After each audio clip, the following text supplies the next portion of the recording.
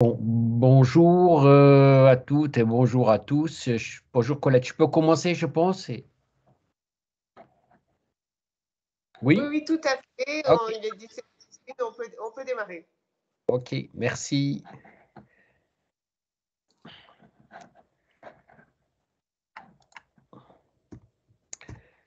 Alors, donc, simplement pour vous dire un petit peu comme tu l'as annoncé, Colette, je vais faire un peu le point sur tous ces aspects de médecine prédictive, de médecine intégrative, de l'impact de l'environnement sur la santé, etc. Et puis derrière tout ça, un peu tout le pilotage par la mécanique épigénétique et tous les outils que pourrait apporter cette mécanique qui est en train un petit peu de changer le paradigme actuellement de cette médecine.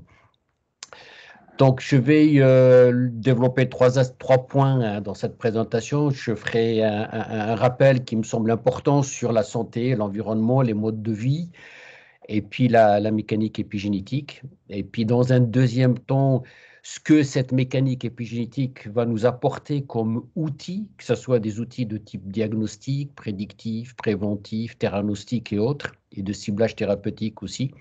Je développerai beaucoup la dimension nutrition. Je dirai un mot très court sur l'aspect toxique et stress, mais c'est surtout la partie nutrition que je vais développer, la nutrition de précision. Et tout ça dans le cadre de cette médecine 4P, de médecine intégrative. Alors, tout de suite, pour vous faire un rappel, quand on parle de cette médecine-là, c'est essentiellement axé, bien entendu, sur les maladies chroniques, cancer, maladies cardiovasculaires, métaboliques, neurodégénératives, auto-immunes, etc. Et de dire qu'elle est répartie actuellement partout dans le monde, mais que bien sûr, il y a des différences. Et on voit bien que dans les pays développés, économiquement développés, c'est très, très, très élevé par rapport aux pays comme l'Afrique ou l'Asie, où on voit actuellement une augmentation. Juste pour vous faire un petit clin d'œil à l'épidémie effectivement de coronavirus que l'on voit actuellement, c'est pas un hasard ou aussi ce sont dans les pays les plus développés économiquement où on voit le plus de problèmes avec le coronavirus. Là encore, il y a certainement, je l'avais dit, la collision de deux types d'épidémies. On parle beaucoup de l'épidémie du coronavirus, mais il y a une épidémie aussi des maladies chroniques via notre mode de vie qui probablement, et ça j'y reviendrai souvent, probablement affaiblit notre système immunitaire avec, via cette inflammation qui peut expliquer aussi les comorbidités qu'on observe avec le coronavirus, si j'arrêterai la comparaison. Alors, tout d'abord, ce qui a changé au cours de ces 20 dernières années, c'est on a changé complètement de dogme. On a passé d'un dogme où tout était inscrit dans l'ADN et que pour comprendre la bonne santé ou la maladie, il fallait retourner à l'ADN. En effet, vous savez que le protéine, c'est la protéine qui constitue dans le monde du vivant la structure et la fonction et que la structure de la protéine, nous savons qu'elle est inscrite dans l'ADN. Donc pendant très longtemps, pour comprendre la maladie, on s'était dit on part de la protéine qui est anormale, soit absente qui est anormale, donc il fallait remonter à l'ADN, et une fois qu'on remonte à l'ADN, c'est là où on va trouver le secret de l'anomalie. Bien sûr, on a couru derrière ça pendant très longtemps, et puis à partir des années 2000, quand on a séquencé l'ADN et on a ouvert ce grand livre de l'alphabet de l'ADN, on s'est précipité pour aller trouver le secret des anomalies des protéines inscrites dans l'ADN. Il y avait pas grand-chose, effectivement, et c'était pas là du tout. Donc, c'était pas du tout dans la structure de l'ADN que se trouvaient les anomalies des protéines du vivant et donc qui expliquaient les maladies. C'était ailleurs et je vais en parler. C'était plutôt dans l'habillage de cet ADN et non pas dans cette structure. Quand on va parler d'habillage de l'ADN, c'est essentiellement de l'épigénétique. Et donc, voilà un petit peu les grandes ruptures qu'on a eues au cours de ces 20 dernières années. Effectivement, les maladies chroniques ne sont pas dues à des modifications de structure dans l'ADN, donc ce ne sont pas des maladies génétiques. À part, bien entendu, 10% à peu près de ces maladies qui ont un lien avec la structure de l'ADN, 80 à 90% ne sont pas en lien avec la génétique. Donc, c'est plutôt le monde extérieur, notre environnement, et c'est surtout la programmation précoce très tôt, ça je vais y revenir, notamment les 1000 jours. par notre mode de vie, les déséquilibres nutritionnels, l'exposition au stress, aux toxiques. Je rajouterai l'inactivité, certainement la sédentarité, quelque chose de très important. Et c'est ces anomalies-là dans notre mode de vie, via la mécanique épigénétique, qui va faire que certains gènes bons, entre guillemets, ou mauvais pour notre santé, vont pouvoir s'exprimer. Derrière ces ruptures conceptuelles, il y a eu des ruptures technologiques, bien sûr. On sait maintenant modéliser toutes les maladies chroniques. On expose des modèles expérimentaux à toutes ces anomalies. On obtient toutes les maladies que l'on veut. Et bien sûr, à partir de là, on peut sortir toutes les signatures épigénétiques que l'on veut. À ça, c'est associé l'utilisation des outils de l'intelligence artificielle, du séquençage à haut débit, d'où la production de ces nouveaux outils. Et donc, on rentre avec ces nouveaux outils dans ce nouveau paradigme qui est la médecine 4P, la médecine intégrative, on va y revenir. Très simplement, l'épigénétique, c'est de la biochimie toute simple et facile, il faut démystifier ça. Comment peut-on changer l'habillage de l'ADN? En tout cas, comment peut-on changer, in fine, ce que je vous disais tout à l'heure, l'absence ou la présence d'une protéine, soit en touchant à l'habillage de l'ADN, soit en touchant aux ARN messagers. On peut changer l'habillage de l'ADN essentiellement de deux façons, en mettant des méthyles, des CH3 sur des cytosines, on fait de la méthylation, et lorsque vous méthylez les cytosines, vous allez créer un encombrement dans le génome. Et dans cette région-là, à ce moment-là, les gènes ne peuvent pas s'exprimer, ils sont éteints. Donc, si ce sont des gènes importants pour la santé, ben, vous allez effectivement passer de l'état de bonne santé à la maladie. Le deuxième type d'habillage qui peut changer l'ADN et donc changer l'expression de gènes clés pour la santé ou la maladie, c'est ce qu'on appelle la modification post-traductionnelle des histones. Notre ADN est entouré autour de protéines qu'on appelle les histones. Ces histones-là peuvent se modifier dans leur partie terminale par des modifications simples, des phosphorylations, des méthylations, des acétylations, etc. Et lorsque la partie terminale de ces histones se modifie, cela fera que ces histones vont soit se compacter entre elles, soit se repousser entre elles. Et lorsqu'elles se compactent entre elles, s'attirent entre elles, elles vont fermer cette partie-là de l'ADN. Et là, les gènes dans cette région-là vont s'éteindre et ne pourront pas s'exprimer. À l'inverse, lorsque ces histones vont se repousser, vous allez voir un étirement de l'ADN, et à ce moment-là, les gènes vont pouvoir s'exprimer, c'est l'hétérochromatine ou le chromatine. Et puis, ça, c'était les deux modifications au niveau de l'ADN. Une troisième modification, au niveau de l'ARN cette fois-ci, il existe des ARN codants et des ARN non codants. Un ARN codant, c'est un ARN qui sera traduit en protéines. On appelle ça un ARN messager. Et puis des ARN non codants, ce sont des ARN qui ne seront jamais traduits en protéines, d'où le terme de non codant. Et ces ARN non codants, c'est une découverte relativement récente. Il y en a des petits et des longs. Ces ARN non codants vont aller s'hybrider aux ARN messagers et empêcher ces ARN messagers d'être traduits en protéines. Et c'est comme ça que vous allez avoir la disparition d'une protéine clé, par exemple, pour la santé ou pour la maladie dans le vivant, et en n'ayant rien changé dans la structure de l'ADN, simplement parce que vous avez ces ARN non codants qui sont venus stopper le processus de la traduction de l'ARN messager. Ces ARN messagers, je vais y revenir beaucoup dans cette présentation, sont très intéressants. C'est certainement une nouvelle génération importante, très importante maintenant, de biomarqueurs et pour la maladie et pour la bonne santé et pour l'impact de tout notre environnement. C'est réellement la traduction et la mesure concrète de l'impact de notre environnement, quand je dis environnement, encore une fois, nutrition, stress et toxiques, sur notre génome. Donc, en gros, l'épigénétique est une révolution dans la conception du monde vivant. Tout n'est pas écrit dans notre ADN, mais c'est de l'extérieur que les choses se font. Donc, en gros, je le dis toujours, on est passé d'une sorte de fatalité où on ne pouvait rien à notre responsabilité. Oui, nous sommes responsables par notre mode de vie, effectivement. Nous sommes responsables, et ça c'est important, de l'état de bonne santé ou de la maladie dans lequel nous pourrons nous mettre. Donc, l'autre aspect qui est clé, c'est que l'épigénétique mesure cette transition du passage de la bonne santé à la maladie. Et ces outils, ça lui donne des outils qui sont très intéressants pour anticiper sur l'arrivée de la maladie. Et ces outils sont très intéressants parce qu'on peut aussi les utiliser pour réverser des situations. Je vous dirai tout à l'heure ce que c'est cette approche de prédiction, de prévention et donc de retour en arrière. Oui, il y a beaucoup d'espoir parce que on peut réverser, ou en tout cas ralentir l'évolution de certains types de pathologies en jouant encore une fois ce qui a donné, ce qui est à l'origine de ces pathologies, encore une fois, le stress, les toxines et le déséquilibre nutritionnel.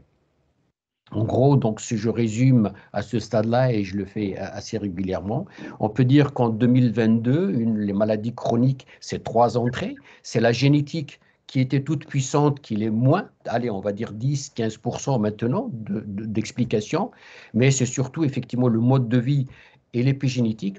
Et ce mode de vie est d'autant plus impactant et délétère qu'il survient très tôt au cours de la vie. Tout à l'heure, je vous parlerai des 1000 jours. Oui, la période préconceptionnelle, la période de gestation, fœtus, embryon et les 2 premières années de la vie, peut-être un peu plus, sont des périodes de vulnérabilité, ce sont des périodes de fragilité où l'impact de l'environnement peut inscrire dans notre épigénome ou dans notre génome des maladies qui apparaîtront beaucoup plus tard.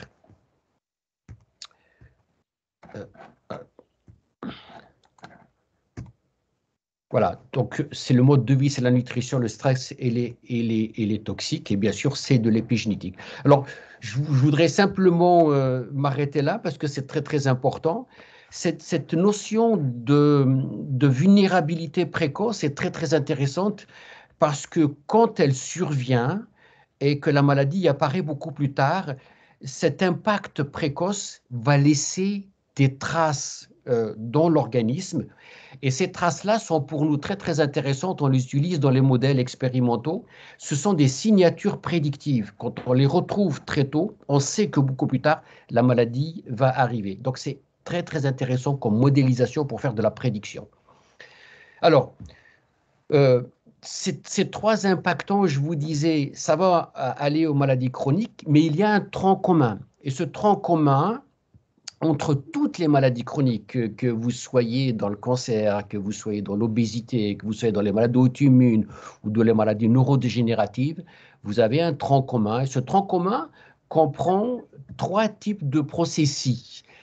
Premièrement, l'inflammation. Deuxièmement, un vieillissement accéléré du corps.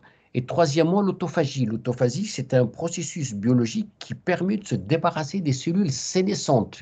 Si les cellules sénescentes persistent dans notre organisme, elles vont entraîner de nouveau de l'inflammation et compliquer les choses, et probablement le cancer aussi. Donc, l'inflammation, vous voyez ici, à bas grade, elle touche absolument toutes les maladies chroniques et elle est intéressante, vous verrez tout à l'heure, quand on voudra faire de la prévention, je dirai quelques mots sur ça. C'est certainement un endroit où on peut attaquer pour empêcher la survenue des maladies et peut-être même faire une sorte de réversion et revenir à l'état de bonne santé. On va jouer sur cette partie-là. Deuxièmement, le vieillissement accéléré. Bon, on peut le mesurer par les télomères, télomérases, mais il y a maintenant une nouvelle approche intéressante aussi. C'est par tout un profil de gènes qui sont mesurés et qui représentent des gènes un peu dispersés dans notre corps, dans les différents organes, dont on mesure le niveau de méthylation. C'est une sorte d'algorithme et qui permettent de vous positionner, qui vous donne un âge biologique ou un âge épigénétique et qui vous permettent de vous positionner par rapport à votre âge biologique. Vous voyez ici la diagonale, c'est l'âge chronologique, c'est-à-dire votre date de naissance.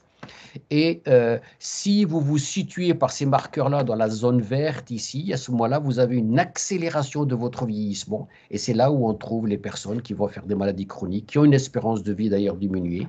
À l'inverse, dans la partie plus basse, lorsque vous trouvez, vous êtes quelqu'un qui vieillit beaucoup plus lentement. Et donc, la longévité est augmentée. Et là, on est beaucoup plus en bonne santé. Alors, cet outil est très très intéressant parce qu'il est utilisé maintenant pour intervenir. Si vous vous trouvez dans ce qu'on appelle les personnes qui vieillissent rapidement, ça veut dire qu'on pourra intervenir sur votre mode de vie et autres pour vous ramener de nouveau sur cette diagonale et donc ralentir votre vieillissement et donc vous donner une espérance de vie correcte et donc diminuer la survenue des maladies chroniques. Je n'ai pas mis sur l'autophagie, c'était trop long pour aller un peu plus vite. Mais tout ça pour vous dire, cette figure est très très intéressante avec ces outils d'épigénétique, avec ce type de considération dont je viens de parler. Vous voyez donc qu'on est dans, dans, dans, dans cette approche maintenant. Ici en gris, on est dans l'état de bonne santé. Votre santé, votre corps est en interface avec votre environnement. Selon que l'environnement vous est favorable ou pas favorable, vous allez rester en bonne santé. Mais s'il devient défavorable avec différents impactants, vous allez traverser cette zone de transition et passer dans le rouge ici, que vous voyez la maladie.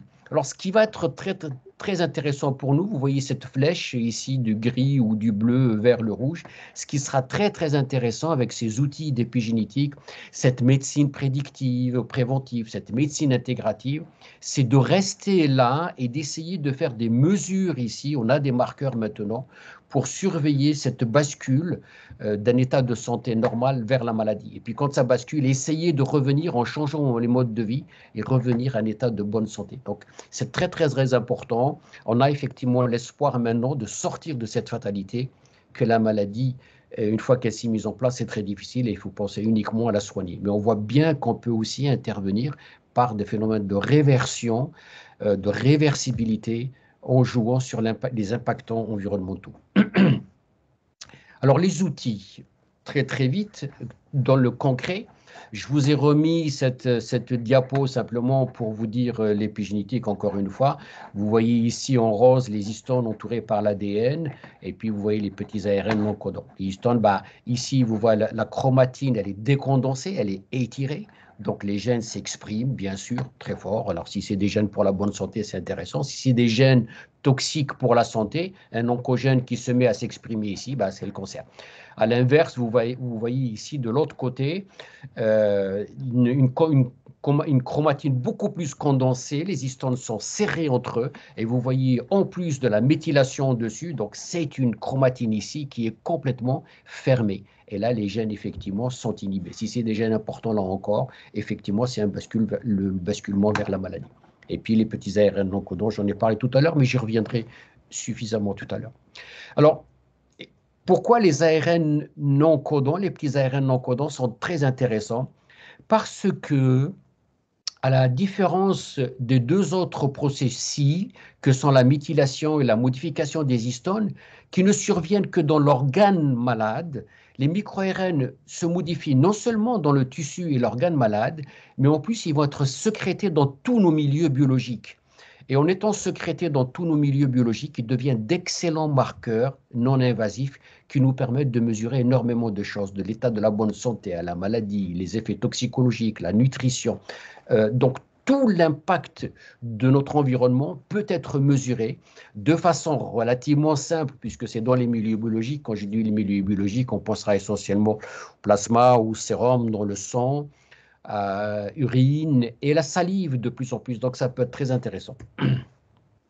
En gros, de façon simple, ces signatures micro-ARN sont devenues très intéressantes pour faire le diagnostic, mais aussi pour le pronostic et la prédiction de la maladie. Alors, de façon très simple, vous voyez, par exemple, ici, dans le cas du cancer du sein, vous allez faire une biopsie, donc on va dans le tissu, on prend le tissu, on va mesurer les micro-ARN tissulaires, mais on peut aller aussi dans le sang, c'est ce que je vous disais, de façon non invasive, sérum ou plasma, et on veut mesurer les micro-ARN circulants. Et donc, vous allez avoir là le diagnostic, donc discrimination entre ce qui est tumoral et ce qui n'est pas, détection très précoce éventuellement de la tumeur, classification du type de tumeur, et puis vous pouvez faire aussi de la prédiction, c'est-à-dire informer sur la réponse ou pas la réponse de tel ou tel ou tel traitement, et puis par exemple dans le cancer du sein, identifier tout ce qui va être répondant aux hormones ou bien à la chimio, etc.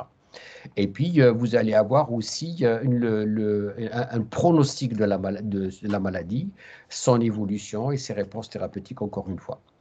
Voilà, de façon très concrète, ce qui a été fait très récemment, vous voyez, on a toute une série de micro-ARN pour faire le diagnostic, une autre pour faire de la prédiction, et puis, de façon très, très intéressante, vous avez aussi des signatures pour identifier avec quel type, par exemple, de chimio ou de traitement hormonal, vous allez avoir la meilleure réponse thérapeutique. On peut aller encore plus loin, voilà tous les outils que cela permet. Vous voyez ici, on peut avoir des signatures liées à l'état du cytosquelette dans la tumeur, à l'adhésion au niveau des tissus, à l'interaction des cellules avec la matrice extracellulaire, une idée aussi sur l'invasion lorsque la tumeur devient invasive, sur l'état de la relation avec le micro-environnement autour, la relation épithélium-mésenchyme qui est très importante, et puis y compris la situation des cellules Zoschkala. Vous voyez donc uniquement par des dosages dans le sang la quantité d'informations qu'on peut avoir sur ce type de tumeur, et voilà ce qu'apportent ces types d'outils. Enfin, sur le cancer de la prostate qui nous intéresse et sur lequel nous travaillons aussi, on voit bien qu'on a des signatures pour distinguer cancer versus non-cancer, les stades très précoces de la tumeur, l'état bénin, l'hyperplasie par exemple dans le cancer, la progression, les risques, etc. Et puis, lorsque le pronostic est mauvais, vous voyez aussi qu'on a des signatures pour ça. Simplement pour vous dire, une fois que je vous ai dit ça, il y a énormément d'études actuellement. Je vous ai mis ce tableau très concret qui apparaissent, qui est là. Beaucoup d'études sortent. Vous voyez ici sur 3 ou 4 types de cancers, comme le cancer du sein, le mélanome, le colorectal ou la prostate. Et vous voyez, on a déjà des micro-ARN qui sont très intéressants. Vous voyez, c'est non invasif. On est toujours dans le sérum ou dans le plasma. Commence à avoir sont relativement limitées les cohortes, mais on commence à augmenter, à avoir des cohortes de plus en plus importantes. Ici, on dépasse les 300, mais on reste limité. Des techniques relativement simples, c'est de la qPCR. Et puis, vous voyez qu'on peut avoir déjà la réponse avec certains types de micro-ARN. Est-ce que c'est OK? Ça peut apporter des informations pour le diagnostic et même pour le pronostic. Alors, encore là aussi, juste pour être concret, vous voyez qu'il y a des études maintenant. Je suis un peu gêné par. Je ne sais pas si vous êtes. Non, je n'arrive pas à l'enlever. OK. Des essais cliniques maintenant qu'on commence à avoir, toujours avec ces micro-ARN, sur différents types de cancers, que ce soit des leucémies, prostate, cancer du sein, etc. Et on voit de façon très, très intéressante les cohortes qu'on a. Vous voyez ici, par exemple, sur cette étude, la PDAC, on a 750 patients, donc c'est une cohorte relativement sérieuse. Et puis, on commence à avoir des idées assez précises. Par exemple, on peut prédire la sensibilité, ici pour le cancer du sein, la sensibilité à l'hormonothérapie, et de façon très intéressante. On peut prédire pour la résistance à la chimiothérapie. Tout ça, c'est des choses assez intéressantes. Et vous voyez ici, donc, de façon intéressante pour un cancer où il n'y a pas encore de marqueurs très, très intéressants comme celui du pancréas. On commence à avoir des indications assez intéressantes déjà. Donc, vous voyez qu'on arrive à voir avec ces marqueurs-là, non seulement le diagnostic, mais beaucoup d'informations sur la prédiction. Je l'ai mise, cette dia, mais même si elle est un peu en décalage, oui, on rêve aussi, beaucoup d'entre nous rêvent, une fois qu'on a ces signatures-là, comme on sait que ce n'est pas que des signatures qui témoignent en parallèle de la maladie, mais ce sont des signatures qui sont impliquées dans la physiopathologie de la maladie, dans la genèse de la maladie. Bien sûr, nous rêvons tous de pouvoir les manipuler, ces micro-ARN, de les inhiber ou de les modifier. Alors, on utilise beaucoup les mimiques de ces micro-ARN et vous voyez que sur certains types de cancers, on a des résultats très intéressants. On diminue la prolifération, on diminue la migration des cancers et on augmente l'apoptose dans ces cancers. Augmenter l'apoptose dans un cancer, ça veut dire amener les cellules cancéreuses à se suicider, ce qui est très, très intéressant, bien sûr, et qui facilite les réponses thérapeutiques à la chimio. Voilà ce que je voulais dire dans cette deuxième partie. Donc, je vous ai fait un petit rappel au début. Je vous ai parlé un petit peu de ces marqueurs. Et maintenant, j'aborde la partie suivante sur la nutrition. Alors, la nutrition, et en particulier la nutrition de précision.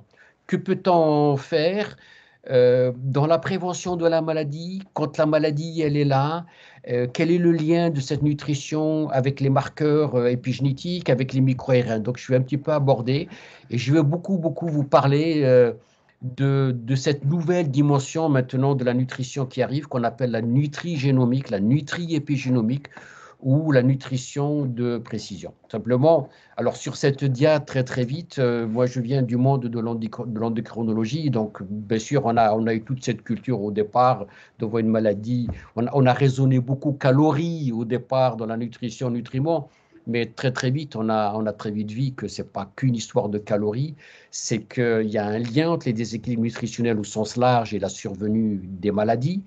Et puis, une fois qu'on a compris ça, on s'était dit, d'accord, s'il y a un lien, peut-on prévenir à ce moment-là les maladies en jouant sur la nutrition? Et si on peut le faire, c'est quoi dans la nutrition qui joue un rôle important dans la maladie? Donc, on est passé à la nutrigénomique, c'est-à-dire on a commencé à chercher la cible génétique, génomique, épigénomique des différents nutriments. Très schématiquement, l'histoire a commencé déjà quand je pense à Michel Delorgerie et autres, quand ils ont commencé à voir effectivement que dans la genèse des pathologies, il y avait deux régimes qui contrastaient, le régime de type méditerranéen et puis le régime riche en graisses saturées qu'on appelle de type occidental, mais bon, c'est trop facile. Je dirais que ces deux régimes avaient des incidences totalement opposées sur la survenue de maladies. Bien sûr, il y en avait un qui était très bénéfique. C'est le régime de type méditerranéen. Pourquoi? Très riche en légumes, les huiles, l'huile d'olive, les oméga 3, etc.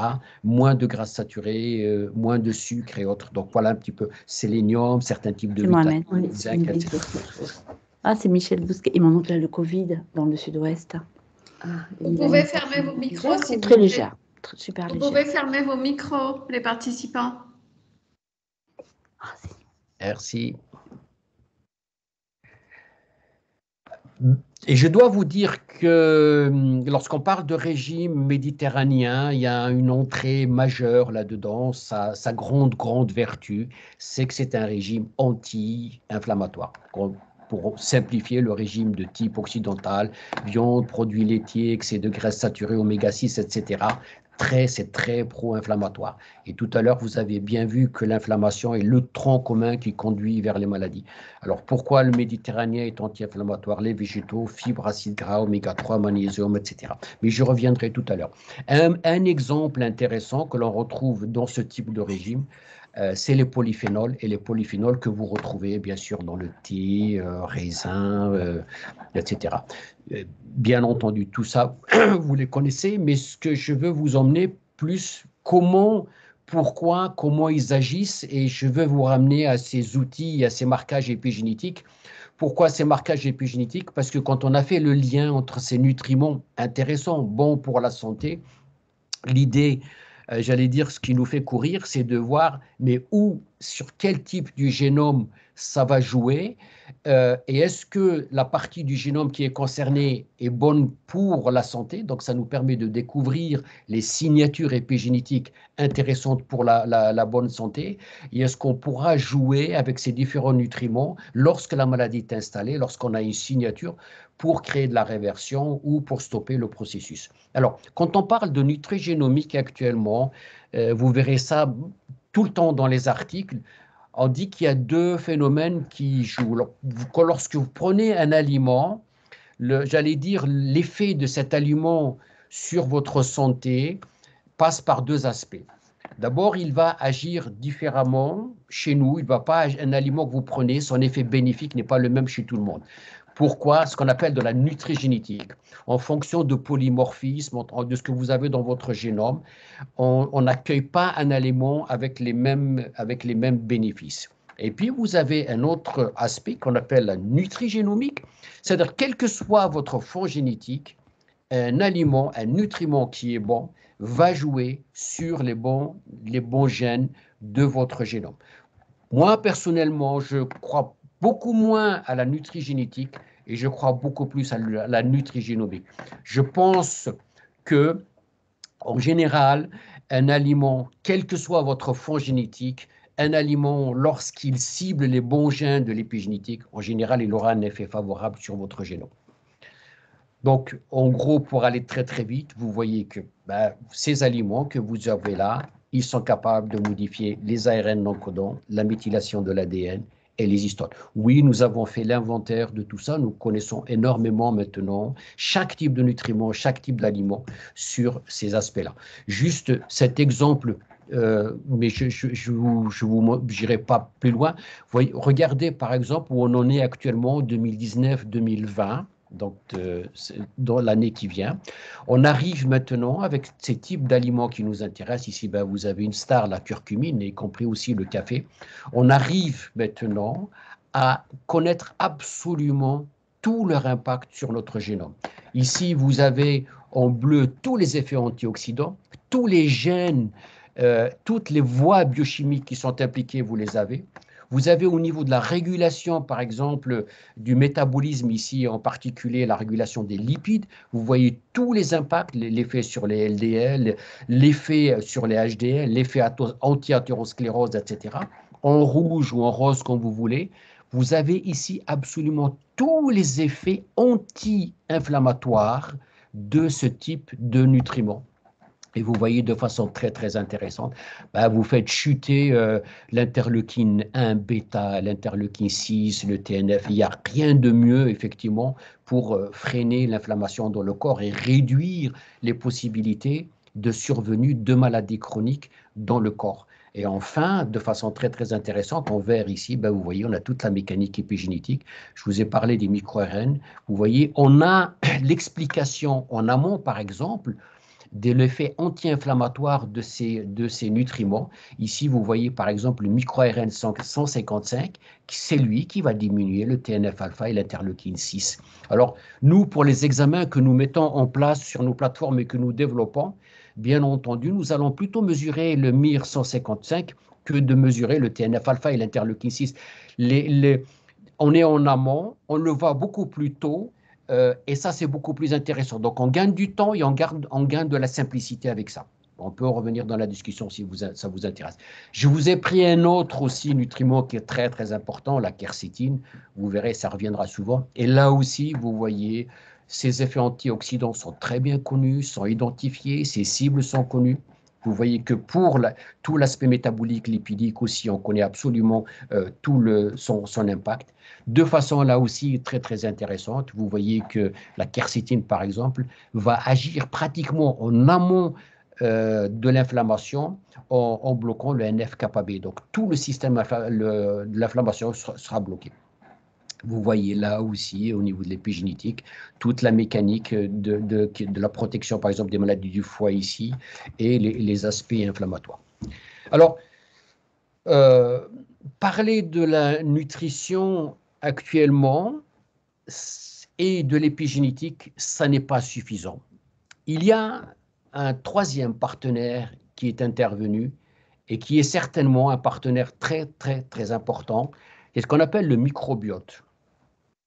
Le microbiote, c'est toute cette population donc, de bactéries autres qui sont pas que dans nos intestins, mais qui sont aussi sur notre peau, dans notre bouche, pratiquement dans tout notre corps. Et ce que l'on sait maintenant, c'est que ces vies-là, ces formes de vie, sont capitales et importantes pour nous. Donc, alors, je voulais vous montrer cette diapo qui est un petit peu provocante. Vous voyez ces différentes formes de vie, bactéries et autres, qui sont là, vous les voyez donc, dans ce domaine-là. Et puis, vous voyez nos génomes, notre génome à nous, et puis le mix des deux. Donc, ces gènes apportés, tous les gènes que représentent ces bactéries, notre génome à nous et le mélange. Regardez de façon très intéressante au milieu, lorsque vous voyez génome, nous avons 25 000 gènes qui s'expriment, pas plus que ça.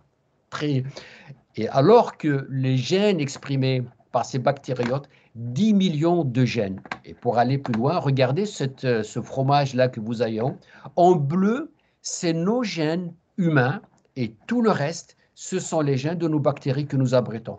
Nous sommes un hôtel 5 étoiles de ça.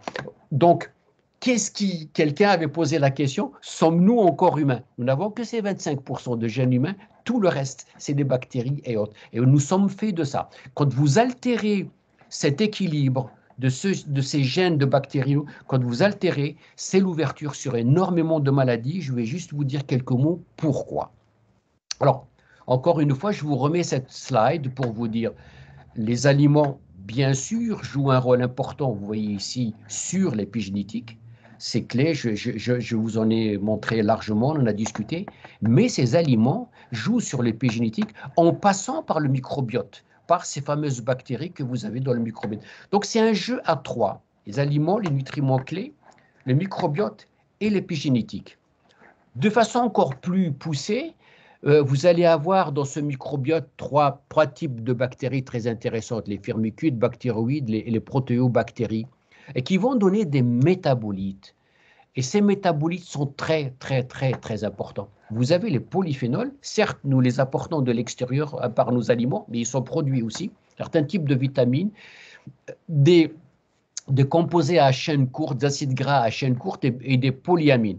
Et ce qui est très important, ce sont ces métabolites que vous voyez là, qui vont aller commander la grosse machinerie de l'épigénétique, l'acétylation, la méthylation, la phosphorylation, et c'est ça qui va vous commander la compaction des histones, la méthylation de l'ADN, les micro-ARN, et tout ça va aboutir effectivement à ce que vous ayez une suppression ou une augmentation des cytokines inflammatoires, donc vous êtes en état d'inflammation, vous allez être en bonne santé, vous allez prévenir ou pas l'obésité, vous allez avoir de la résistance à l'insuline, vous allez répondre bien ou pas bien aux agents anticancéreux lorsqu'il y a un cancer. Et donc on assiste là probablement à une nouvelle révolution, c'est-à-dire que ce sont des petites molécules, au fond, peut-être, qui commandent les grands mammouths que sont l'épigénome, le transcriptome, le protéome ou autre. Donc, on est un petit peu dans cette réflexion et c'est très, très intéressant. Juste un peu pour être plus concret, vous les voyez là, acétate, butyrate, fisétine, etc. Vous voyez où ça joue, sur quel type de mécanisme épigénétique, et vous voyez les conséquences. Je ne vais pas entrer plus dans le détail. Vous voyez par exemple, de façon très très intéressante, c'est l'acétate, simplement, que vous voyez là, qui va, par des modifications épigénétiques, que sont la phosphorylation et acétylation, toujours des mécanismes simples, et c'est ça qui va vous réduire votre inflammation dans votre corps et vous protéger contre la survenue de maladies. Donc, on voit bien que le microbiote, il apparaît comme finalement un pilote très, très important, bien sûr de la nutrition, bien sûr du métabolisme, et bien sûr, ne l'oublions jamais, de notre système immunitaire.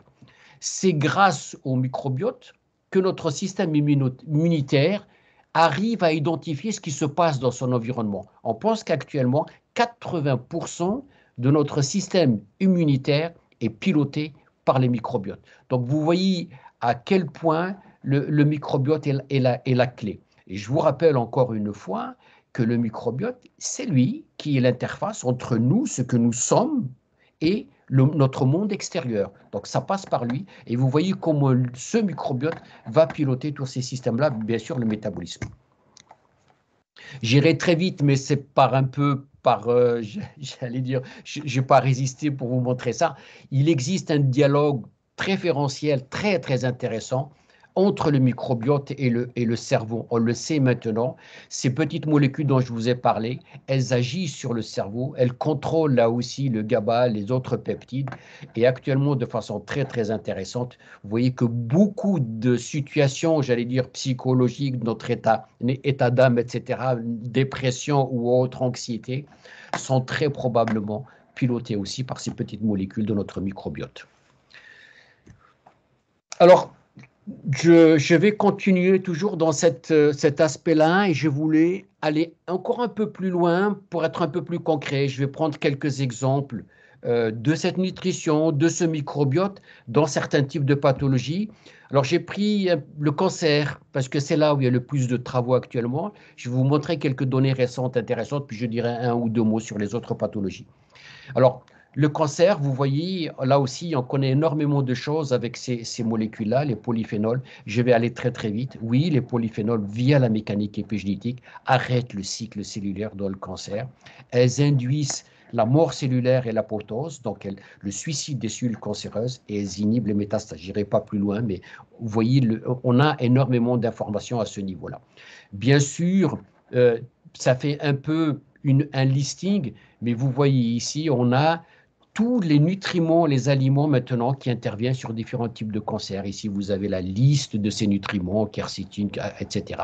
Sur le cancer du sein, la prostate, le poumon, le colorectal, et puis certains types de leucémie. De façon très intéressante, on a aussi maintenant des nutriments qui sont très intéressants pour empêcher l'évasion de la tumeur et les métastases. Et il y a même certains essais thérapeutiques maintenant avec ce type de nutriments, au même titre qu'un médicament, pour arrêter ou ralentir les métastases.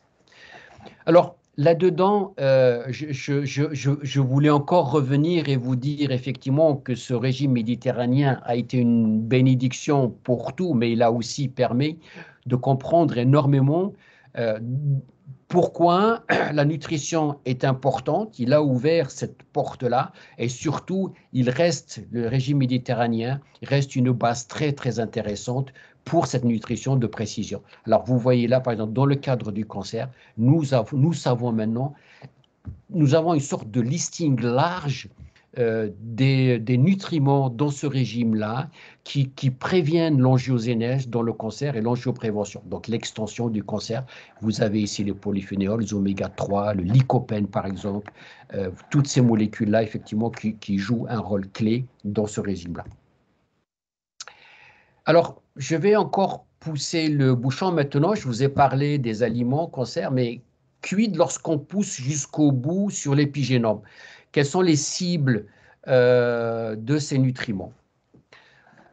Nous les avons identifiés de façon relativement large maintenant. Vous savez, alors toute cette liste, que ce soit l'huile d'olive, vous voyez de façon simple, on sait exactement via la méthylation de l'ADN, sur quel type de gènes elles peuvent jouer. Donc on peut tester, pourquoi c'est utile?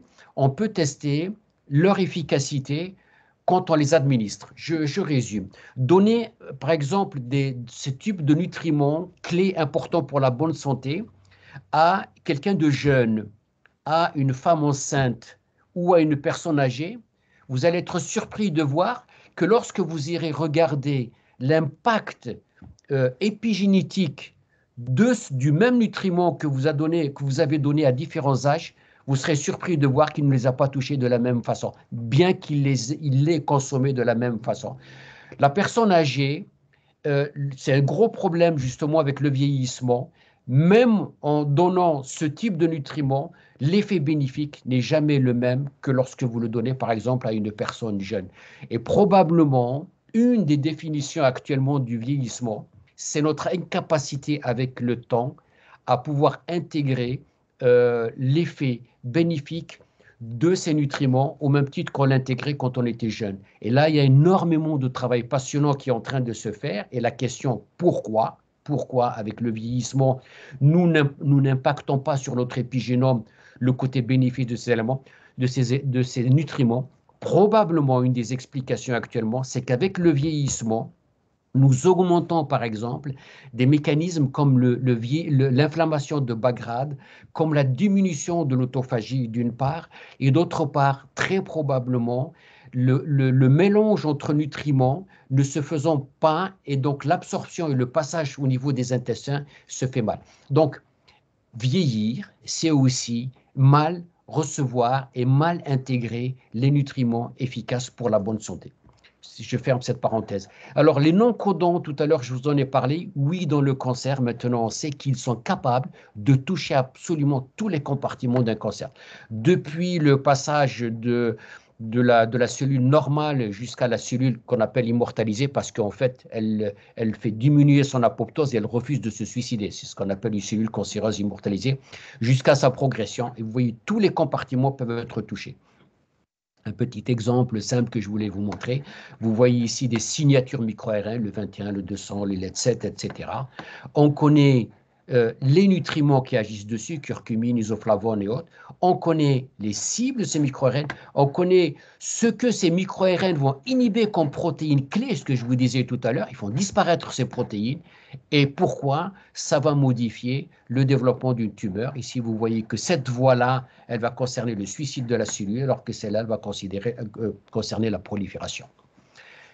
Un mot encore, j'aurais fini sur cette partie-là. Nous sommes en train de rentrer dans la médecine intégrative. Là, j'allais vous dire, oui, ces nutriments sont importants. Je vous ai montré qu'ils sont pour la prévention, et y compris lorsque la maladie est là. Mais une des questions que nous nous posons, est-ce que ces nutriments peuvent interférer avec les approches classiques que nous connaissons en médecine, c'est-à-dire le médicament? Et qu'en est-il dans le cancer? Alors, des travaux récents très, très intéressants sont en train de sortir. En tout cas, déjà dans les modèles, ce qu'on appelle précliniques, en attendant des modèles cliniques. Mais déjà dans les modèles cliniques, nous avons des informations intéressantes. Vous voyez par exemple ici toute une série de cancers, le prostate, le sein, l'ovaire, gastrique, etc. Et puis, vous voyez qu'on les a testés sur des modèles précliniques, soit in vitro, soit déjà in vivo. Et puis, on a regardé, bien entendu, leurs effets, en particulier les effets épigénétiques et les mécanismes. Soit on a augmenté la mort des cellules, soit on a diminué la prolifération, soit on a diminué la viabilité de la cellule cancéreuse, soit son évasion, etc. Et vous voyez qu'on a mélangé, par exemple, de la quercétine avec de la gynistéine, du resveratrol avec d'autres, mais resveratrol, quercétine, mais tout ça, c'était des nutriments entre eux. Mais ce que je voulais vous montrer, c'est qu'on a aussi mélangé ces nutriments-là avec de la chimiothérapie classique. Vous allez retrouver, par exemple, le GCC avec du fluoracil. Vous allez retrouver, par exemple, ici, avec du trail. Donc, et on voit que quand on mélange et la chimiothérapie, on met de la chimio et ces nutriments, nous avons des résultats qui deviennent très, très intéressants. Regardez ici, par exemple, la combinaison des deux, avec c'est un anticorps ici, vous voyez qu'on diminue la taille de la tumeur, on diminue la viabilité du cancer, et ça devient très, très intéressant. On amplifie en quelque sorte et on rend plus efficace le traitement médicamenteux, souvent de la chimiothérapie, bien sûr, beaucoup plus efficace que lorsqu'il est tout seul. J'aime bien cette dia parce qu'elle vous illustre un peu ce que je viens de dire. Je parlais tout à l'heure de la quercétine, qui est un petit peu une star là-dedans. Et vous voyez que la quercétine, elle joue, bien entendu, sur les cellules cancéreuses, pratiquement dans tous les compartiments. Elle diminue la prolifération, elle augmente son apoptose, elle diminue l'inflammation, elle ralentit l'angiogénèse et les métastases, elle a un effet antioxydant. Et regardez, lorsqu'on a combiné, cette fois-ci, on a traité des tumeurs, soit bien sûr avec de la chimio simple, hein, comme c'est d'habitude, et quand on a traité avec de la chimio et on a donné de la quercétine, et vous voyez ici de façon très très intéressante, regardez quand la quercétine est associée, on a augmenté l'apoptose des cellules tumorales et le résultat est beaucoup plus intéressant. On a un amas de cellules ici qui est déjà mort, alors que vous voyez qu'avec la chimio ici, on a gardé quand même, on a tué des cellules, mais les cellules cancéreuses souches sont encore là. Donc tout ça pour vous dire le message derrière ça, oui, en rajoutant cette approche de nutrition de précision au traitement classique qui est là, on le rend beaucoup plus efficace.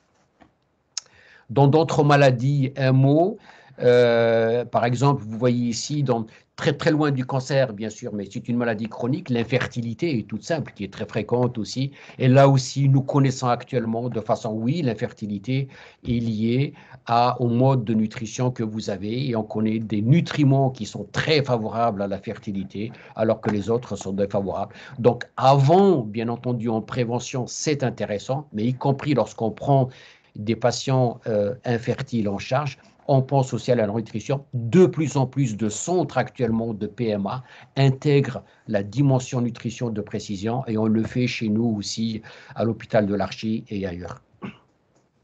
Ça, c'est les maladies du foie, effectivement, et on retrouve absolument la même approche parce que le but final, vous voyez, est d'identifier les bons signaux diététiques identifier leurs gènes, comme je vous disais tout à l'heure, parce que identifier le gène d'un aliment très intéressant, ça veut dire, si le gène est vraiment allumé, ça veut dire que vous avez été efficace. Mais il est possible que même si vous donnez le bon aliment, si le gène n'est pas allumé, ça veut dire que vous n'avez pas été efficace. Soit le patient ne l'a pas pris, soit que chez ce patient-là, il y a une situation qui fait que cet aliment n'est pas efficace. Voilà pourquoi c'est important d'identifier les cibles épigénétiques. Les voies, bien sûr. On aboutit donc à cette nutrition de précision et puis à un soin, bien sûr, une prise en charge personnalisée. Loin, bien entendu, des maladies métaboliques, cancer dont je viens de vous parler, une autre maladie du neurodéveloppement qui touche énormément d'enfants actuellement, c'est l'autisme. Oui, l'autisme est une maladie chronique liée à notre environnement. Et vous voyez là aussi, mais pour aller très très vite, vous voyez en bas en bleu, c'est tout ce qui est intéressant, qui diminue les risques des maladies liées à l'autisme, du neurodéveloppement. Et en haut, vous voyez celles qui augmentent le risque. Je ne voudrais pas aller très très loin, mais vous voyez que celles qui sont en prévention est très intéressante.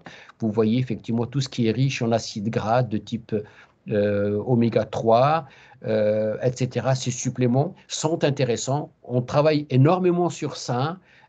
Et c'est certainement des pistes intéressantes. Je vous rappelle qu'indépendamment de la nutrition, une des grosses explications actuellement aussi de l'autisme, c'est les toxiques. C'est simple, des années 70, on avait à peu près une naissance sur 5000 enfants autistes. On en est actuellement pratiquement à 2 sur 100, ce qui est énorme. Donc on a une réelle épidémie aussi de ce type de pathologie, donc c'est forcément environnemental. Bon, c'est une autre histoire. Un mot pour finir sur le régime méditerranéen. Voilà un petit peu tous ces atouts. Pourquoi je vous disais, vous voyez très bien ici, fruits, végétables, grains. C'est le deuxième étage. Plus vous montez, c'est mauvais. La pointe est mauvaise et la base est très bonne. Et donc, vous voyez ici les avantages du régime méditerranéen, bien sûr pauvre en viande, etc., mais très riche en légumes et autres. Alors, oui, je voulais vous le montrer parce que je vous avais dit tout à l'heure que le régime méditerranéen, sa force, c'est qu'il était anti-inflammatoire. Mais anti-inflammatoire, ça veut dire aussi ralentissement du vieillissement et augmentation de l'autophagie. Et là aussi, on commence à avoir des vraies études cliniques pour diminuer l'inflammation dans le corps, en utilisant notamment les nutriments. Je vous montre ces deux tableaux. Un tableau qui montre comment certains nutriments sont délétères et augmentent l'inflammation, et puis comment d'autres, au contraire, vont diminuer l'inflammation dans votre corps. Ici, vous avez soit des patients, soit des gens bien portants, healthy, soit des gens qui ont un syndrome métabolique ou un risque de syndrome métabolique. Pour aller très vite, on voit très bien que les repas avec des acides gras saturés, j'ai pris cet exemple simple, les repas avec un acide gras saturé fait que vous allez augmenter l'expression toutes les cytokines inflammatoires dans votre corps. Que ce soit par exemple ici dans le cas des patients avec un risque de syndrome métabolique ou chez des gens tout à fait normaux, vous voyez que quand vous avez pris un repas riche en acides gras saturés, pour simplifier le message, vous allez vous payer à peu près 2 à 3 heures d'inflammation dans vos intestins, donc c'est une inflammation qui va durer longtemps. La CRP, l'IL6, le TNF, etc. Avoir une inflammation après un repas qui dure 2 heures dans vos intestins, ça veut dire que cette inflammation va certainement vous empêcher d'absorber certaines vitamines, certains nutriments clés pour votre santé. Et c'est comme ça que je vous disais tout à l'heure, c'est pas parce que vous allez prendre les bonnes vitamines, les bons nutriments, etc., que vous êtes sûr que ça va impacter votre santé. Voilà typiquement un exemple, une inflammation sous-jacente dans les intestins fait que vous avez beau manger des bonnes choses, ben vous ne toucherez jamais les cibles dans votre génome et vous ne vous protégerez pas.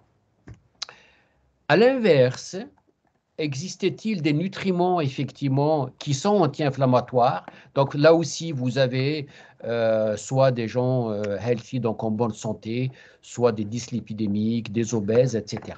Et vous voyez là aussi, on a testé, mais je voulais me concentrer, je n'ai pas voulu être très large, des acides gras insaturés. Donc vous voyez ici le docosahexaénoïde acide, certaines huiles de poisson, etc. Et vous voyez de façon très, très intéressante, là aussi, vous allez décroître, diminuer, bien entendu, CRP, l'interleukine 6. Regardez ici, c'est des adolescents obèses, de façon très, très intéressante. Tous ces acides gras insaturés, très, très intéressants. Vous voyez que vous allez décroître et freiner le TNF-alpha, l'interleukine 6, l'interleukine 1 bêta. Et ça, c'est très, très important. Donc, diminuer l'inflammation. On sait que l'obésité, un des plus gros problèmes, c'est l'inflammation. Oui? Mohamed, juste, je t'interromps juste une seconde. Ta présentation est passionnante. Je pense qu'elle passionne beaucoup de personnes ici. Mais il est presque 18 h et je voulais qu'on garde un petit peu de temps pour les questions. Donc, OK. juste pour... Ça veut dire que je vais aller vite. On termine normalement à 18 h 30. Donc, si tu peux laisser juste un petit peu de temps, Okay. un petit quart d'heure. J'ai combien à parler encore, Colette? Peut-être 10 minutes, si ça te va? Oui, ça me va, je rentre dedans sans problème. OK, merci. Merci, Colette. Merci. Alors, tout ce que je viens de vous dire, oui, il y a des études qui commencent à se faire. Par exemple, ici, vous voyez cette étude anglaise où ils ont pris deux groupes de patients qui avaient des maladies chroniques. Alors, dans un groupe, on a appliqué ce que je viens de vous dire, certains types d'aliments, nutriments, etc., très bonnes pour la santé, puis d'autres, on les a laissés manger un petit peu comme ils voulaient. Et vous voyez que dans l'apparition des complications avec l'âge, entre 75 et 85 ans, vous voyez que ceux qui avaient une nutrition contrôlée de précision, ils ne faisaient en vert, bien entendu, pardon, en vert, c'est ceux qui mangeaient correctement. Vous voyez qu'ils ne faisaient les complications de leur maladie que 10 ans plus tard. Donc, il y avait un décalage de 10 ans dans l'apparition des maladies, des complications de leur maladie chronique.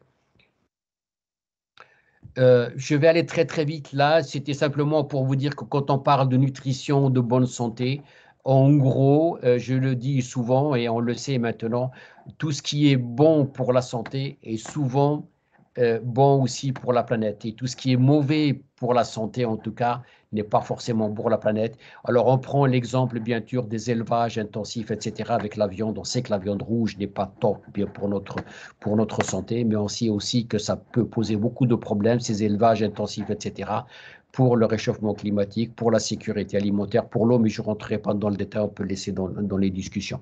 Un mot pour dire que vous pouvez très, très bien manger, c'est très bien, mais si vous êtes exposé à des toxiques, il y a non pas une addition entre mal manger et les toxiques, mais il y a une potentialisation, une synergie extraordinaire.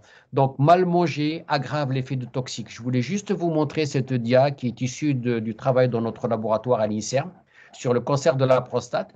Et on a exposé des modèles expérimentaux à des perturbateurs endocriniens et à des acides gras saturés. Bien sûr, tout à l'heure, je vais vous montrer qu'ils étaient toxiques. Et vous regardez si l'épithélium de nos modèles dans le contrôle, donc il est tout à fait correct, on a des cellules basales ici. Regardez dans ceux qui ont été exposés à des toxiques, en particulier des perturbateurs endocriniens, et vous avez une invasion extraordinaire des cellules inflammatoires à l'intérieur de la prostate. Avec les régimes riches en graisse, le High Fat Diet, HFD, vous avez aussi de l'inflammation, mais quand vous mettez les deux, il n'y a pratiquement plus de tissu prostatique correct, tout est inflammé. Donc ça veut dire qu'on aggrave effectivement, il y a une sorte de synergie dans la toxicité. Je dirais aussi que bien manger sans activité physique, donc sans un métabolisme qui fonctionne correctement, c'est aussi insuffisant. Et je m'arrêterai là. Alors, je voulais dire quelque chose sur le toxique, mais je pense que je vais passer relativement vite. Simplement pour vous dire qu'actuellement, oui, allez, on va... Voilà, ok. Voilà, on s'arrêtera à la partie nutrition. Donc, en gros, je ne conclue pas, mais j'ai juste envie de vous dire finalement qu'est-ce qu'on peut penser de tout ce qu'on vient de dire. Encore une fois, nos modes de vie, la nutrition, le stress et toxique activent cette machinerie épigénétique, pour résumer les choses, qui va activer des processus de type l'inflammation de bas grade, qui va nous faire vieillir prématurément, avec une diminution du fait de se débarrasser des cellules sénescentes et on va faire des maladies chroniques. Avec ces outils d'épigénétique, on arrive à mesurer la transition vers la maladie. On a de l'espoir pour faire de la réversion. Je vous ai donné un petit peu des aspects concrets avec la nutrition de précision. Et tout ça donc fait qu'on s'intègre dans ce nouveau paradigme de la médecine 4P. Oui, on a un jour rêvé de soigner les maladies, on y arrive. Maintenant, on rêve d'anticiper, de les prévenir. Oui, on commence à avoir des choses intéressantes. Et oui, aussi, le médicament est intéressant. Ça a été une grande découverte dans l'histoire de notre médecine. Mais oui, c'est bien d'ajouter aussi notre mode de vie, les impactants de notre mode de vie dans le cadre de cette médecine intégrative. Je pense, oui, je voulais juste vous dire ça, hein, cette dia qui résume un petit peu ce que je viens de vous dire. Voilà les maladies, vous les avez ici, les maladies chroniques sont listées ici. Vous avez les causes et leurs origines, le mode de vie que vous avez ici, l'alimentation, les toxiques, l'intermédiaire qui est la mécanique épigénétique, l'ADN et les micro-ARN. Alors, ce qu'on peut tirer comme conclusion, oui, il y a une fragilité, je vous avais dit tout à l'heure, précoce, les fameux 1000 jours. Donc, certainement qu'il y a des personnes à protéger en priorité, les femmes enceintes et les enfants, de cet impact délétère. Donc, bien donner à manger à nos enfants, c'est quelque chose de capital. Il ne faut pas attendre qu'on soit vieux, après 50 ans, 60 ans, pour dire maintenant, je vais faire attention pour bien manger. Non, ça se joue très, très, très tôt chez nos enfants. Oui, pensez à protéger effectivement les femmes qui démarrent une grossesse, c'est capital, les 3 premières années de la vie. Et puis cette mécanique épigénétique, la leçon qu'on en tire effectivement, c'est qu'elle nous donne des outils. Oui, c'est la première fois qu'on peut mesurer. On le savait, on le pressentait que notre environnement avait un impact sur nos vies, notre santé, nos maladies, sauf que maintenant, nous le mesurons de façon très, très objective. On mesure son impact et on mesure aussi le fait qu'on puisse intervenir et modifier notre environnement, voir si on arrive à améliorer les choses. Puis enfin, sur ces maladies, anticiper, c'est quoi? Ça veut dire gagner en bien-être, rester plus longtemps en bonne santé. Et puis, reculer la maladie, ça veut dire aussi la rendre moins chère, moins chère pour la société. Et ce que je voulais vous dire dans ce cadre-là, avec beaucoup de collègues, nous avons monté une plateforme actuellement qui a pour objectif d'intégrer tous ces outils et de les utiliser au mieux. Et actuellement, donc, nous avons dans cette plateforme une partie qui va continuer de faire de la connaissance autour de ces marqueurs prédictifs très tôt. Nous avons une deuxième partie où nous proposons très très tôt des analyses biologiques, etc., pour des personnes pas encore malades, mais aussi malades. Et puis, une troisième partie où nous voulons sensibiliser les pratiquants dans le domaine de la santé à ce type d'approche pour pouvoir les intégrer effectivement dans leur vie de tous les jours. Et je pense que c'est tout ce que je voulais vous raconter. Je vous remercie. 18h03, Colette. Oui. Merci beaucoup, Mohamed, pour ta présentation très brillante et passionnante. Et je suis sûre qu'on va avoir des questions. Mais déjà, vous avez posé une question sur ta dernière diapo. Tu parles donc de tests biologiques. On en parlait en introduction. Est-ce que je peux dire plus. Ces analyses biologiques, est-ce que tu peux les préciser? Est-ce qu'elles elles ont commencé à se dérouler en pratique oui. Et dans quel laboratoire, sur quel... Oui. Alors, bien sûr. Alors, ces analyses biologiques, on les développe sur notre plateforme, mais on les développe beaucoup en interface et en partenariat avec des hôpitaux, d'autres centres de soins et d'autres laboratoires, bien entendu. En gros, c'est 3 parties dans ces analyses biologiques. J'allais dire une première partie, ce qu'on appelle la biologie fonctionnelle. Vous allez avoir toute une série d'examens qui vous permettent d'avoir une idée sur votre état nutritionnel. Est-ce que vous avez tous les apports de nutriments, vitaminiques, etc. Est-ce que vous avez un niveau d'inflammation élevé, pas élevé, etc. Donc, qui permettent de vous dire où vous en êtes de ce côté-là. Oui, j'ai oublié de dire que ça concerne les gens pas malades et aussi malades. Ça, c'est la première partie, ce qu'on appelle la biologie fonctionnelle qui existe, qui va se faire chez nous, mais en partenariat avec d'autres laboratoires. Et puis, une deuxième partie qui est plutôt des signatures de type épigénétique à la nutrition et aux toxiques, et qui se fera avec des marqueurs épigénétiques, mais aussi avec de la métabolomique. Et puis, une troisième série d'examens que nous faisons, c'est l'identification de toxiques. Donc, sur par exemple, l'exposome lu par les toxiques. L'idée est de mesurer à peu près une centaine de toxiques qui peuvent être présents dans le sang au moment où on fait ces analyses-là. Beaucoup de personnes, par exemple, vivent à côté d'endroits où peut-être ils sont exposés à des toxiques, ils ne le savent pas. Tout à l'heure, je n'ai pas parlé du tout c'est pour des problèmes de temps sur la partie toxico.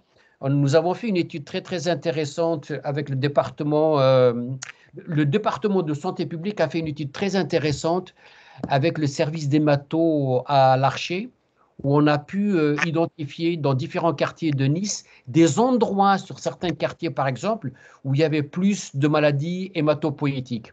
Et en fait, on s'est rendu compte, ils se sont rendus compte que dans ces endroits-là, il y avait une exposition aux toxiques beaucoup plus importante. En particulier là où il y avait l'incinérateur, probablement la libération de la dioxine faisait qu'il y avait plus de maladies hématopoïétiques.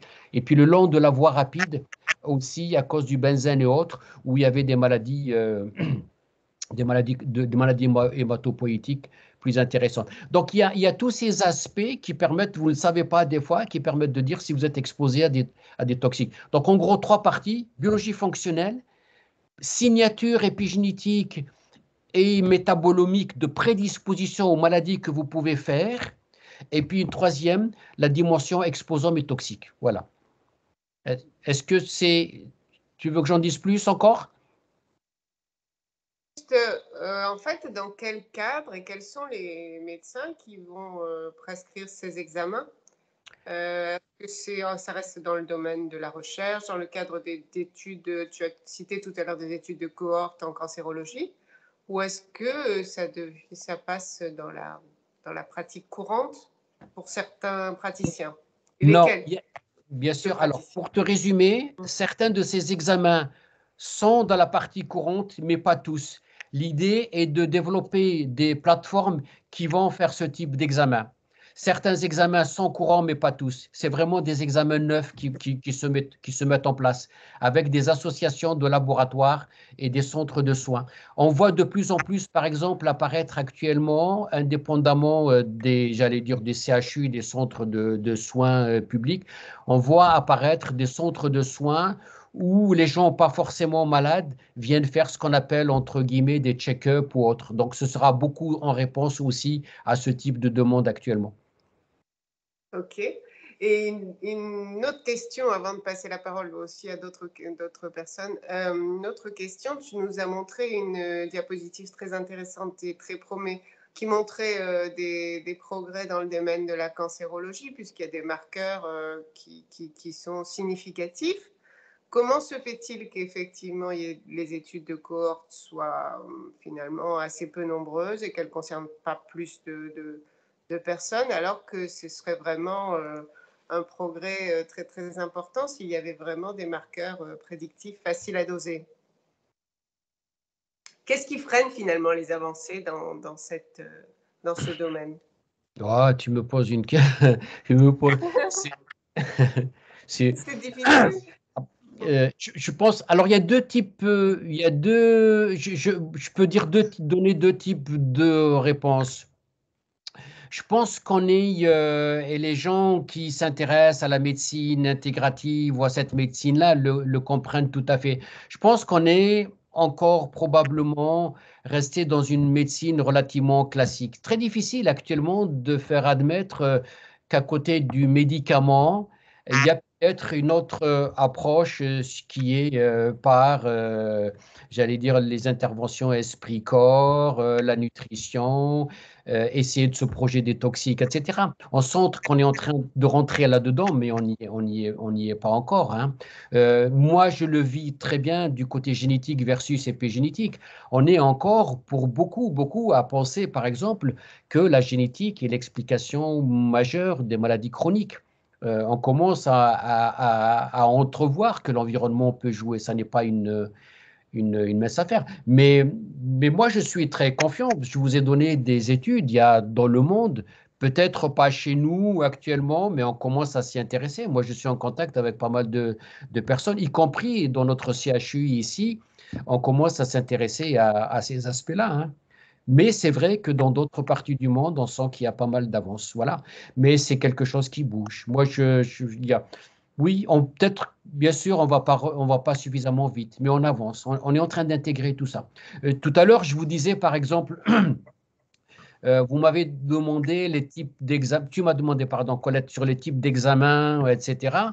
Et j'ai parlé de cette approche où on va regarder des gens pas encore malades, où on va faire, entre guillemets, ces check-up où je vais vous donner, où j'ai donné cette liste d'examens.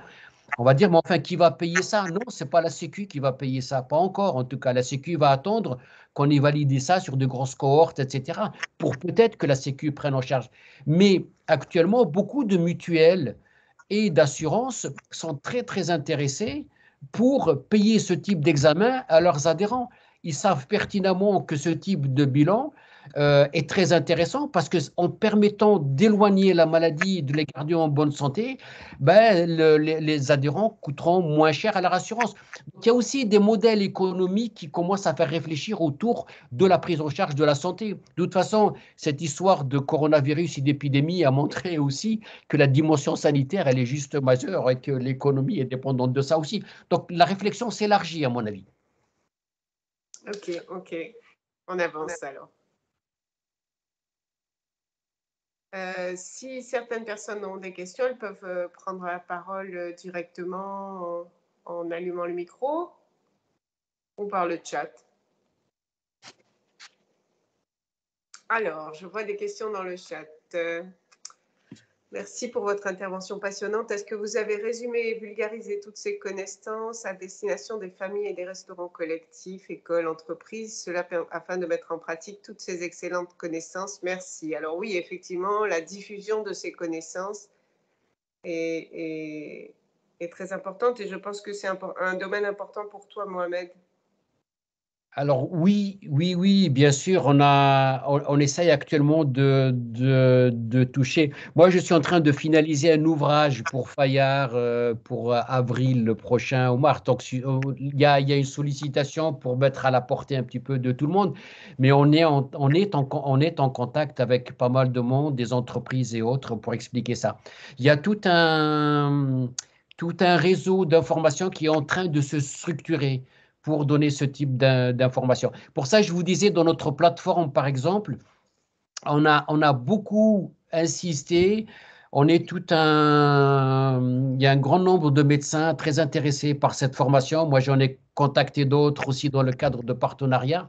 L'idée actuellement est de toucher le maximum de professionnels de la santé à cette approche-là. Puis deuxièmement, on est en train de formaliser un congrès annuel sur cette médecine-là ici chez nous à Nice une fois par an. Voilà. Mais c'est vrai qu'on est ouvert et le but est de toucher le maximum de monde. Ça n'aura d'intérêt que si ça se vulgarise, bien entendu. On est d'accord. Oui. Et donc, il y a une question sur endométriose et épigénétique. Alors, effectivement, il y a un travail qui avait commencé à Nice. Tu peux peut-être le confirmer? Oui, il y a un travail qui est en train de se mettre en place à Nice avec le CHU et le pôle de gynéco-obstétrique de pédiatrie à l'Archer.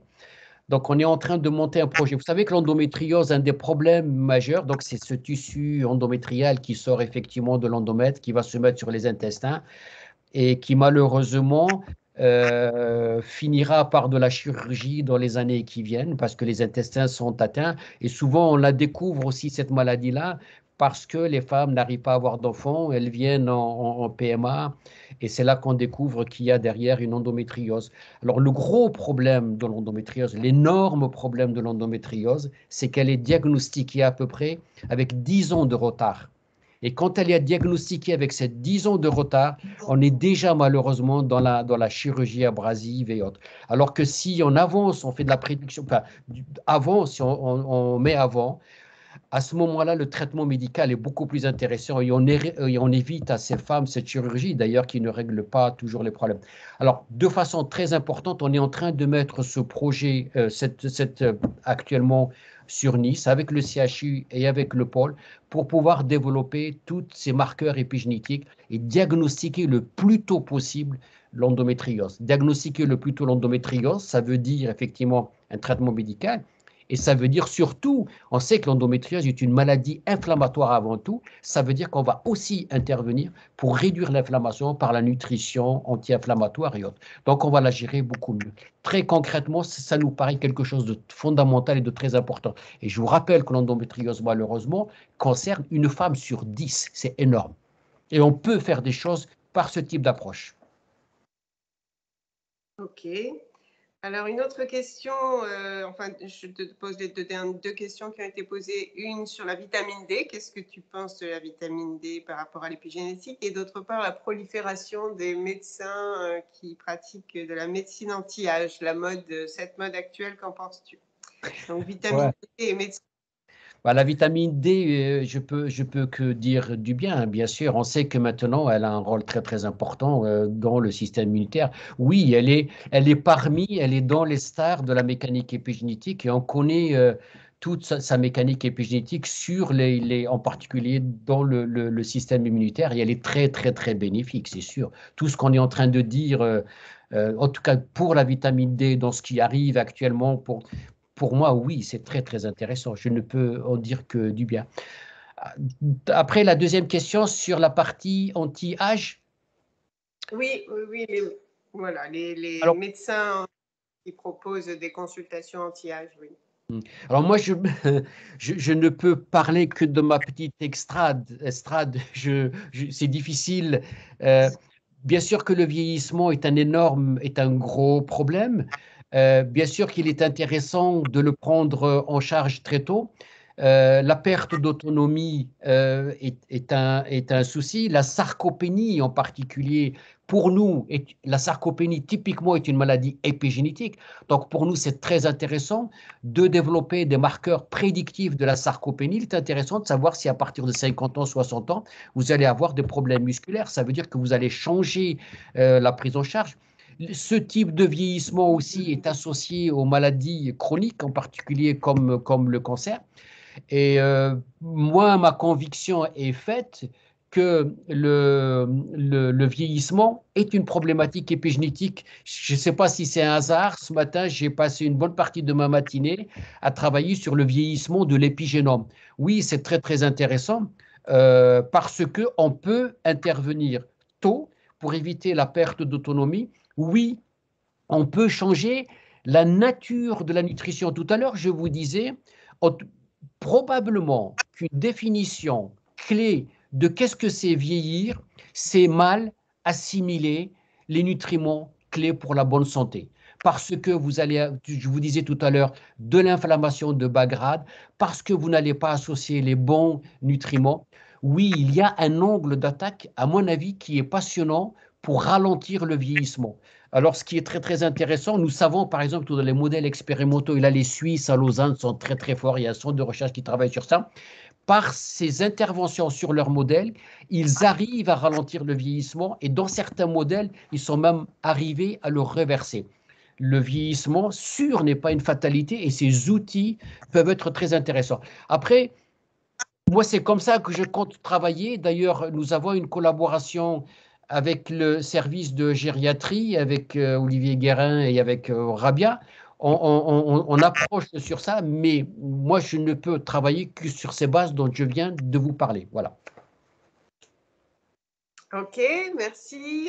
Encore une question. Alors, en fait, c'est vrai qu'on a parlé beaucoup d'alimentation, peut-être un peu moins des aspects psychologiques. Donc, il y a une question sur épigénétique et méditation. Il y a je peux dire un mot aussi. Finalement, bien-être psychique, si tu veux en parler. Oui, je peux dire un mot sur cette partie-là. J'en ai pas beaucoup parlé parce que je suis allé vite à la fin. Nutrition, je redis un peu ce que j'avais dit. La bonne nutrition, sans le sport, sans l'activité physique, par exemple, c'est insuffisant parce que l'activité physique, elle est capitale. C'est elle qui va gérer le métabolisme. Manger bien, c'est aller directement dans le microbiote et le métabolisme. Et l'activité physique, nous sommes faits majoritairement de muscles.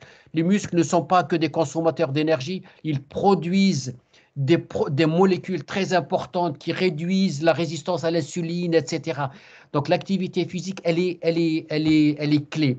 Deuxièmement, Certainement que les pratiques corps-esprit, yoga, méditation sont très, très, très importants, en particulier pour la gestion du stress. Nous avons des preuves maintenant scientifiques, alors que moi, vous m'auriez dit ça il y a 10, 15 ans, j'aurais peut-être regardé avec de l'interrogation. Oui, aujourd'hui, nous avons des preuves très, très solides que la méditation, par exemple, module via la mécanique épigénétique, elle ralentit le vieillissement, oui, elle diminue l'inflammation de façon très très importante et significative et c'est un très bon répondant au stress. Là aussi, ces pratiques-là, oui, oui, il faut les intégrer dans le cadre de cette médecine intégrative. C'est très important.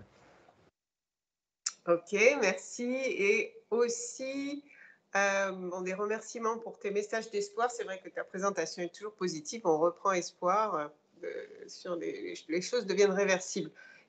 Donc, une autre question concernant finalement le temps nécessaire à un retour en arrière, c'est-à-dire si on a une inflammation, combien de temps, en adoptant une alimentation anti-inflammatoire, on peut revenir en arrière? Alors, la question exacte, c'est est-ce que réellement on peut modifier le microbiote avec une changeant d'alimentation? Bien sûr, bien sûr, bien sûr, bien sûr. Les résultats sont passionnants de ce côté-là. Je pense que j'ai essayé de vous montrer quelques études vers la fin sur l'inflammation. Bien sûr qu'on peut modifier, bien sûr qu'on peut modifier. Les réponses sont très, très intéressantes.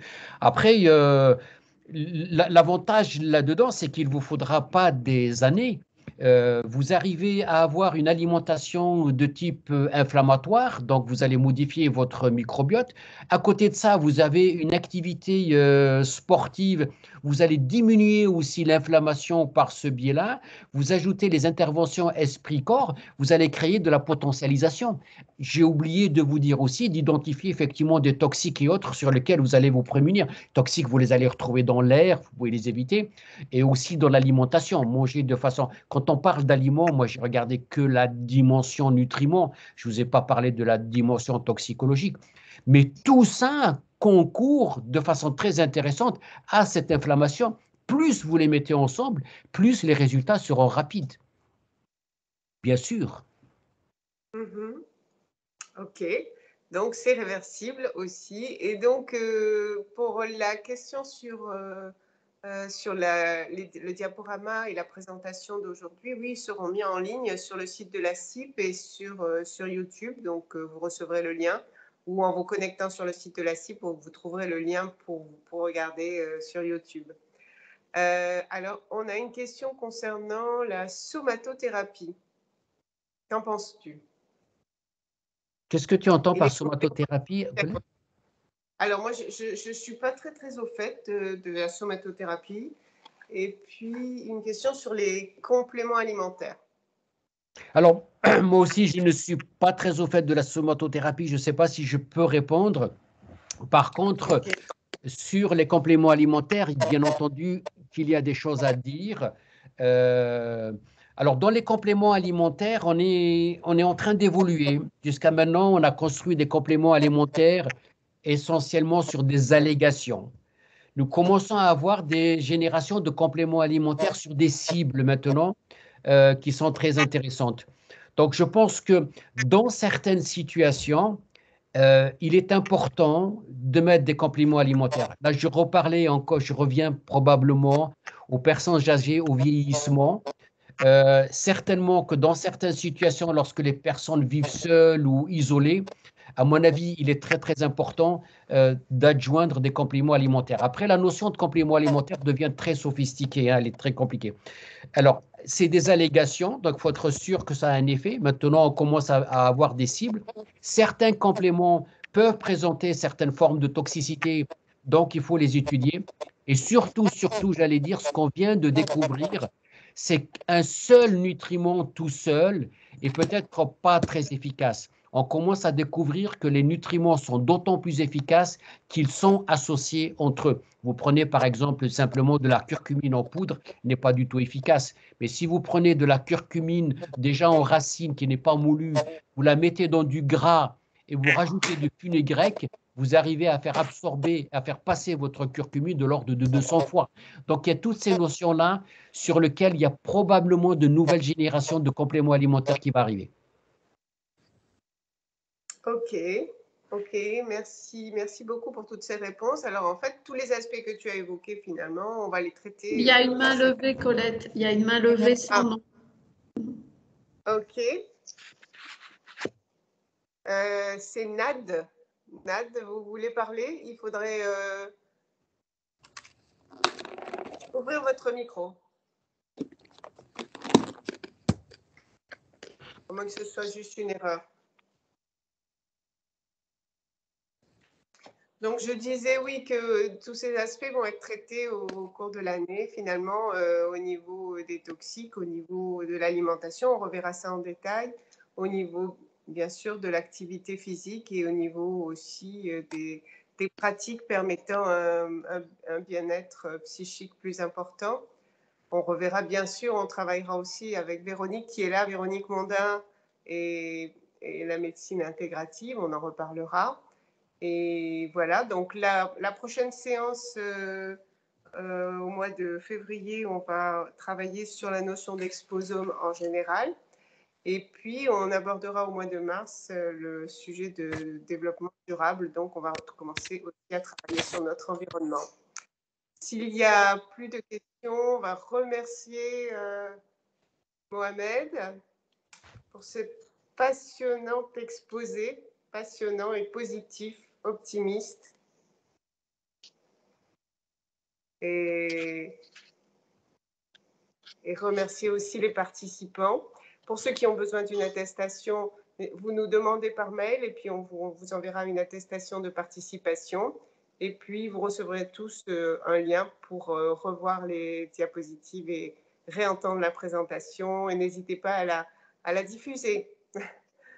Donc, merci à vous, merci à tous. Et merci Mohamed surtout. Merci à vous. Au revoir. Merci. Merci, Merci bravo. beaucoup. J'arrête l'enregistrement. Merci. Bonne soirée à tous.